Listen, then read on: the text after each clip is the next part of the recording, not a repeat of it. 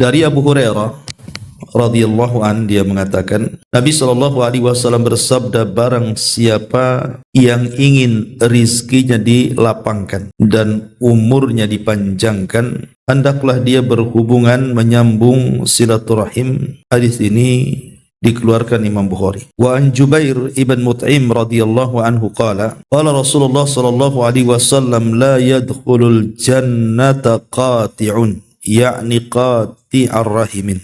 Muttafaqun alaih. Dari Zubair bin Mut'im radhiyallahu an, Nabi sallallahu alaihi wasallam bersabda, tidak akan masuk surga orang yang memutus, yaitu memutus hubungan silaturahim. Baik, ma'asyiral muslimat yang dimuliakan Allah Subhanahu wa taala. Bab ini menjelaskan tentang agungnya berbuat baik dan menghubungkan silaturahim. Nah, di antara fadilah ataupun keutamaan dari hadis ini, jadi orang-orang yang senantiasa menghubungkan silaturahim dengan kerabat atau keluarganya, maka dia akan mendapatkan dua keutamaan yang sangat-sangat besar. Apa itu? Pertama, diluaskan rizkinya. Kemudian yang kedua, dipanjangkan usianya. Makna diluaskan rizkinya tentu artinya rizkinya itu dipenuhi dengan berkah. Begitu juga makna dipanjangkan usianya, maksudnya adalah usianya dipenuhi dengan berkah dan dihabiskan waktu-waktunya untuk ketaatan kepada Allah Subhanahu wa taala. Karena banyaknya rizki, kemudian panjangnya usia kalau tidak berkah juga untuk apa? Pertama, rizki. Rizki itu kan macam-macam. Tetapi kalau sudah diitlakkan kalimat rizki di masyarakat itu biasanya bicara soal kekayaan. Dan kekayaan itu kalau tidak berkah, pertanggungjawabannya juga berat. Karena soalannya kan dua. Dari mana kau dapatkan, kemana pula kau belanjakan? Begitu juga panjangnya usia. Kalau tidak berkah itu juga, usia ini kan akan ditanya di hadapan Allah Subhanahu wa taala. Sebagaimana hadis Nabi sallallahu alaihi wasallam, la tazulu qadama 'abdin hatta yus'al an arba. Akan ditanya anak Adam itu sebelum kakinya melangkah ke titian dengan 4 soalan. Salah satunya apa? An umrihi fima afna. Tentang umurnya, kemana dia habiskan. Wa an syababihi fima ablah. Tentang masa mudanya, kemana dia lampiaskan. Jadi kalau seandainya kemudian umur ini hanya untuk kemaksiatan kepada Allah Subhanahu wa taala, maka kematian lebih baik bagi dia. Karena supaya hisabnya itu tidak terlampau lama. Jadi dibentangkan rizki dan dipanjangkan usia di sini maksudnya dipenuhi dengan keberkahan. Nah, dalam hadis ini ada beberapa faedah. Yang pertama, dorongan agar kita senantiasa bersilaturahim. Yang kedua, bahwa silaturahim itu menyebabkan luasnya rizki dan panjangnya usia. Kemudian yang ketiga, ada kaedah al-jaza min jinsil amal, bahwa balasan itu disesuaikan dengan amalannya. Maknanya kalau seandainya kita menghubungkan hubungan kita dengan manusia, maka Allah akan menghubungkan dengan kita, baik dalam umurnya ataupun dalam rizkinya. Jadi karena kita sudah berhubungan dalam bentuk silaturahim dengan manusia, maka balasannya Allah akan menghubungkan dirinya dengan kita dengan cara apa?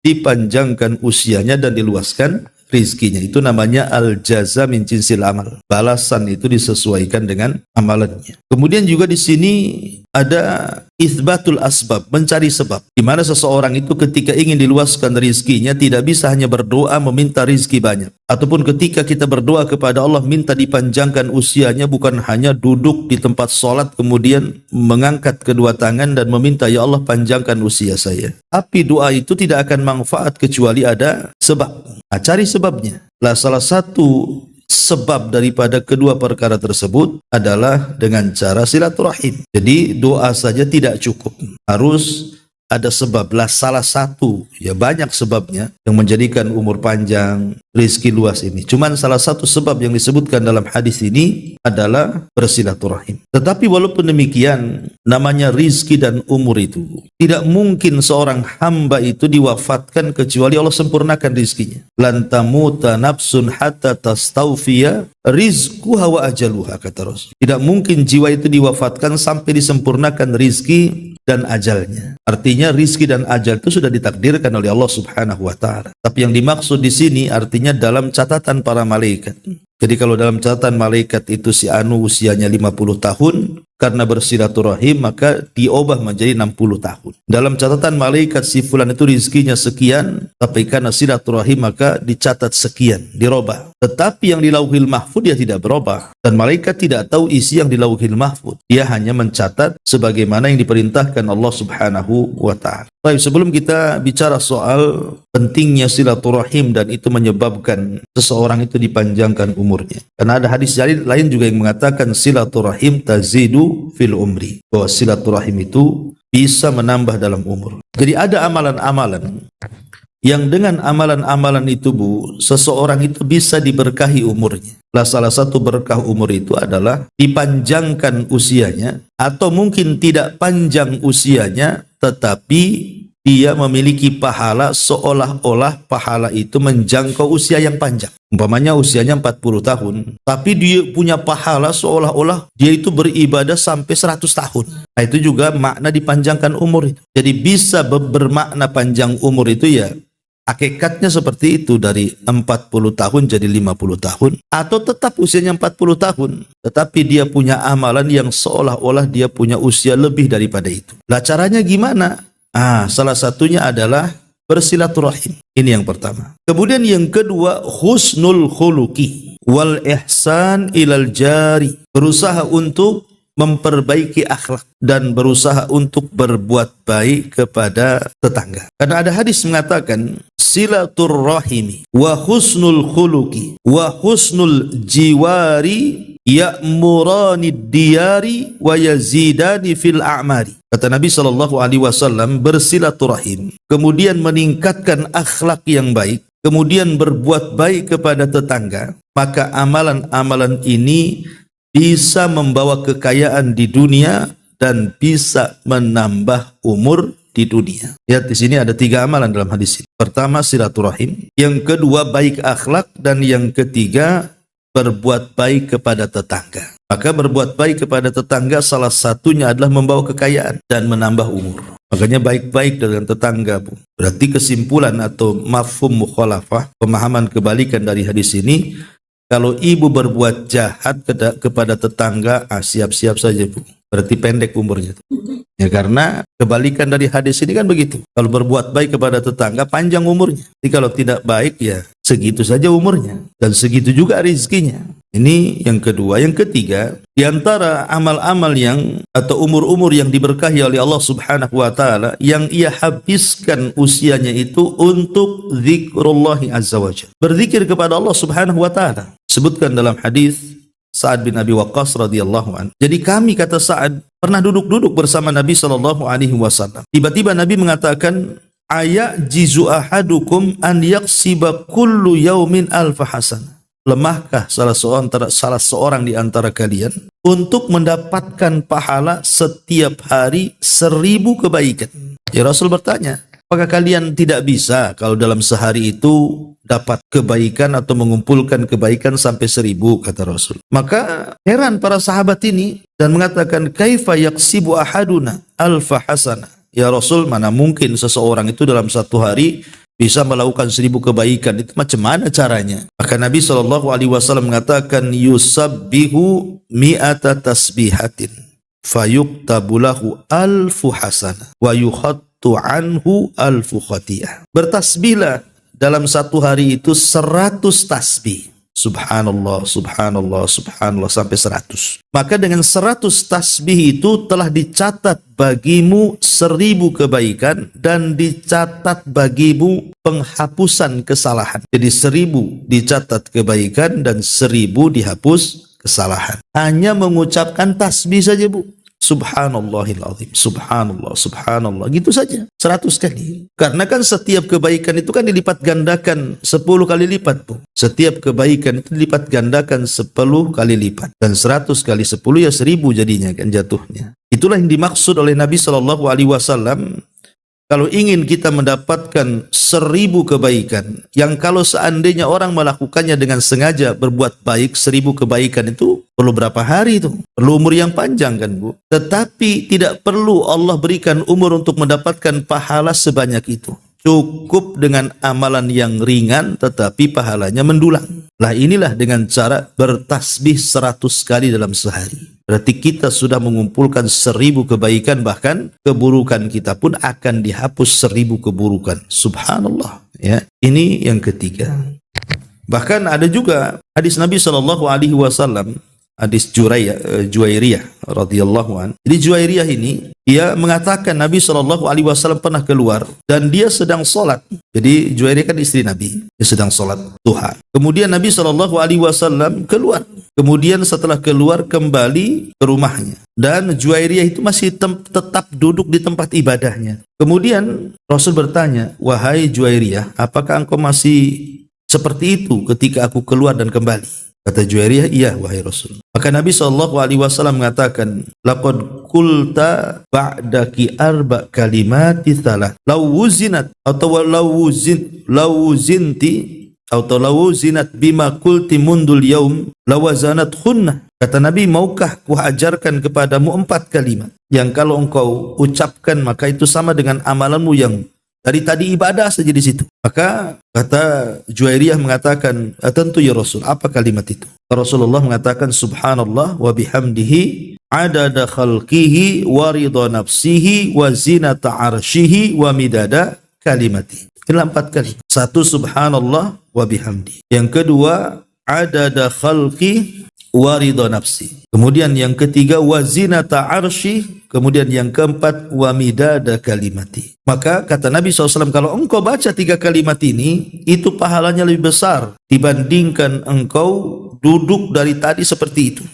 Dilihat bagaimana Nabi SAW meringankan dengan amalan-amalan yang mudah, tetapi menjangkau pahala-pahala yang kalau diraih dengan amal soleh itu melelahkan. Artinya zikir ini memang luar biasa, ya, bisa menjadikan umur kita berkah. Ini yang ketiga. Yang keempat adalah al-iksar minas salati fil haramaini syarifaini, memperbanyak salat di 2 Masjidil Haram. Ya, ini bagi yang umroh, ya, bagi ibu yang ditakdirkan mampu umroh ke tanah suci, kemudian singgah di kota Madinah, habis itu singgah di kota Mekah, maka sibukkanlah ibu untuk melaksanakan sholat. Kadang-kadang saya aneh, kadang-kadang kan banyak jemaah-jemaah umroh itu ketika sampai di sana itu malah tidur aja di hotel, tak pernah ke masjid, ya. Kemudian juga kadang-kadang sibuk jalan sana jalan sini, belanja sana belanja sini. Padahal yang namanya travel umroh itu kan kadang-kadang 9 hari, 10 hari, 12 hari, kan tidak lama kan itu. Kan rugi Bu kalau seandainya kita sudah sampai di sana kemudian tidak menghabiskan dengan sholat di 2 masjid yang suci ini.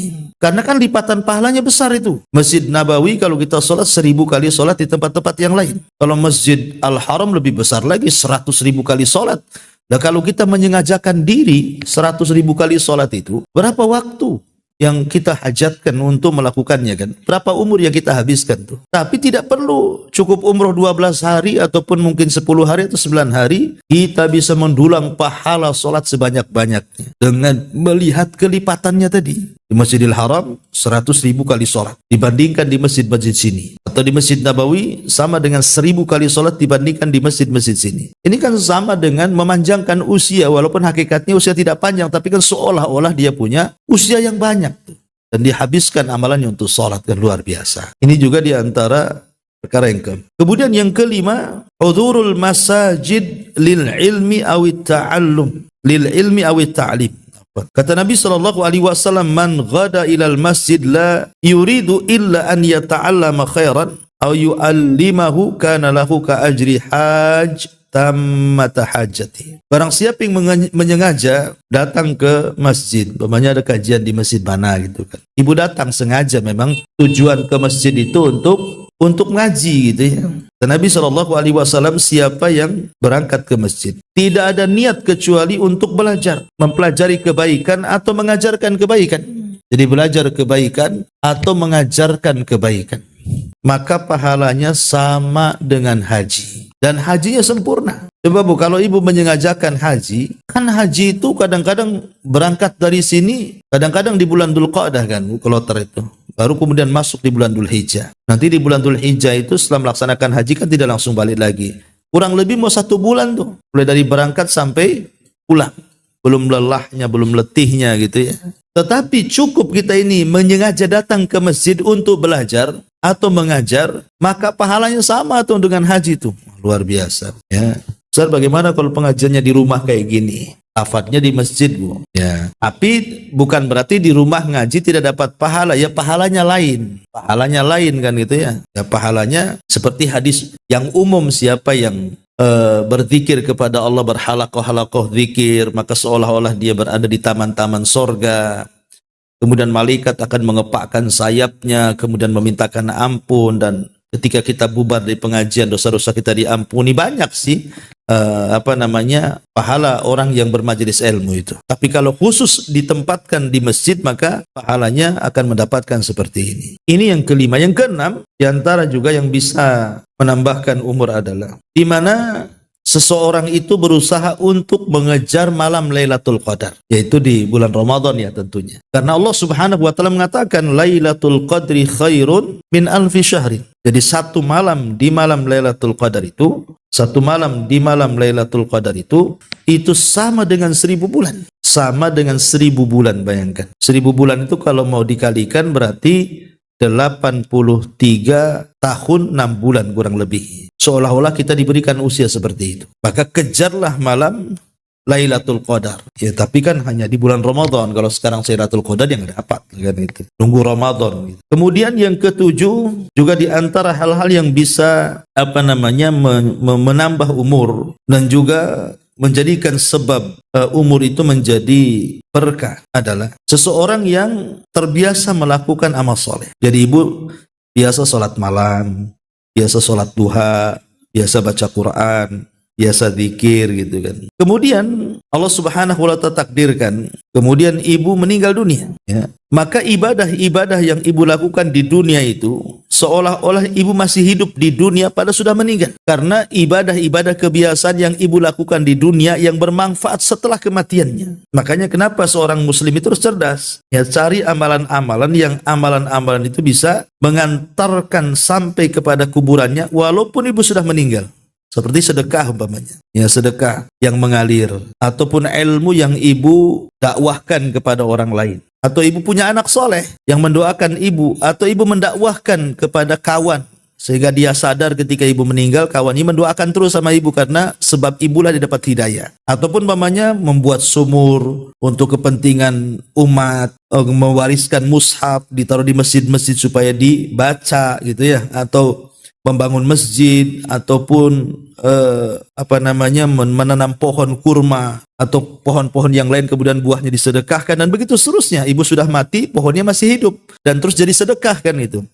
Nah, itu kan amalan-amalan yang akan sampai ke kuburan walaupun dia sudah mati, kan seolah-olah hidup, Bu, karena amalannya itu pahalanya terus mengalir. Nah, ini juga hal-hal yang perlu dipahami bahwa ada perkara-perkara yang bisa menambahkan umur. Taib, ini yang pertama, amalan-amalan yang bisa menambahkan umur. Yang kedua, amalan-amalan yang bisa menambah rizki, meluaskan rizki, dimudahkan rizkinya. Apa saja? Pertama, takwa. Ya, tentu bertakwa kepada Allah Subhanahu wa taala dengan menjalankan perintah, menjauhi larangan, menikmati yang dihalalkan, menjauhi yang diharamkan, kemudian istiqomah di situ. Maka Allah mengatakan, "Wa man yattaqillah yaj'al lahu makhraja wa yarzuqhu min haitsu la yahtasib."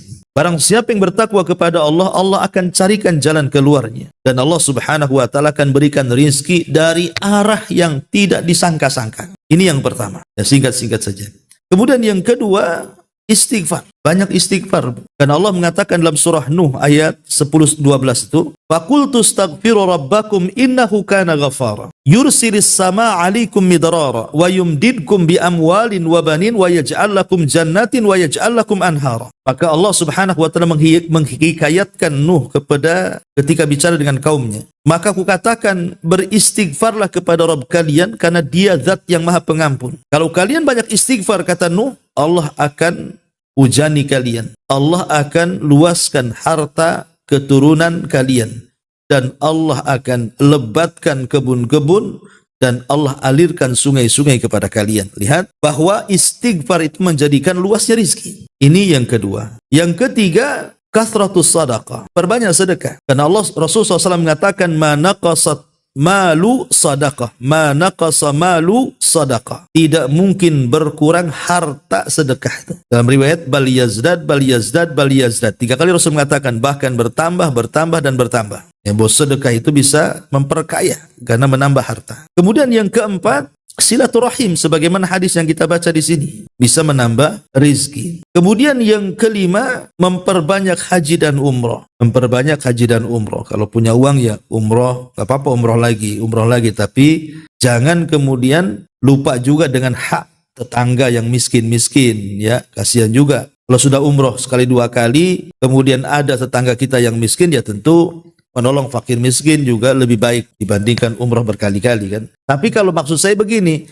kita sewaktu-waktu juga menyumbang fakir miskin, membantu anak yatim, ya ada kelebihan uang untuk umroh, berangkat lagi umroh. Karena ingat bahwa umroh itu, kata Nabi SAW dengan haji, fa innaha yanfiyanil faqra. Karena haji dan umroh itu bisa menghilangkan kefakiran. Ini sebagai al-jaza min jinsil amal. Ketika manusia takut kalau haji ngabisin duit kemudian miskin, ketika umroh takut menghambur-hamburkan uang yang sudah capek dicari-cari takut hilang, maka al-jaza min jinsil amal tadi. Ingat, kita datang bertamu kepada Allah, maka Allah akan ganti uang kita atau bagaimanapun caranya. Ya. Ini yang kelima. Yang keenam, berdoa. Banyak doa. Allahumma inni as'aluka ilman nafi'an wa rizqan thayyiban wa amalan mutaqabbal. Ya Allah, aku meminta ilmu yang manfaat, rizki yang baik, yang luas, dan amalan yang diterima. Itulah doa yang selalu diajarkan Rasul dari hadis Ummu Salamah. Kemudian yang keenam, yang ketujuh, menyengaja diri untuk beribadah. Jadi di waktu-waktu kesibukan ibu itu, kemudian ibu sempatkan untuk melaksanakan sholat, atau di waktu-waktu sibuk ibu berzikir, atau di waktu-waktu sibuk ibu baca Quran gitu kan. Maka ini juga disebutkan dalam hadis. Kata Nabi SAW dalam hadis qudsi, Allah berfirman, ya ibna Adam tafarraq li ibadati amla'u sadraka ginan wa asuddu faqra. Wahai anak Adam, carilah waktu-waktumu menyengaja untuk melakukan ibadah, karena aku akan penuhi dadamu dengan kekayaan dan aku akan tutup kefakiran. Kan? Jadi di waktu-waktu ibu sibuk apa, pokoknya sempatkan atah zikir, tahapa kan gitu. Nah, ini bisa juga menambah rizki. Kemudian yang nomor 8, tawakal. Dan Allah yang mengatakan, wa man yatawakkal 'ala Allah fahuwa hasbuh.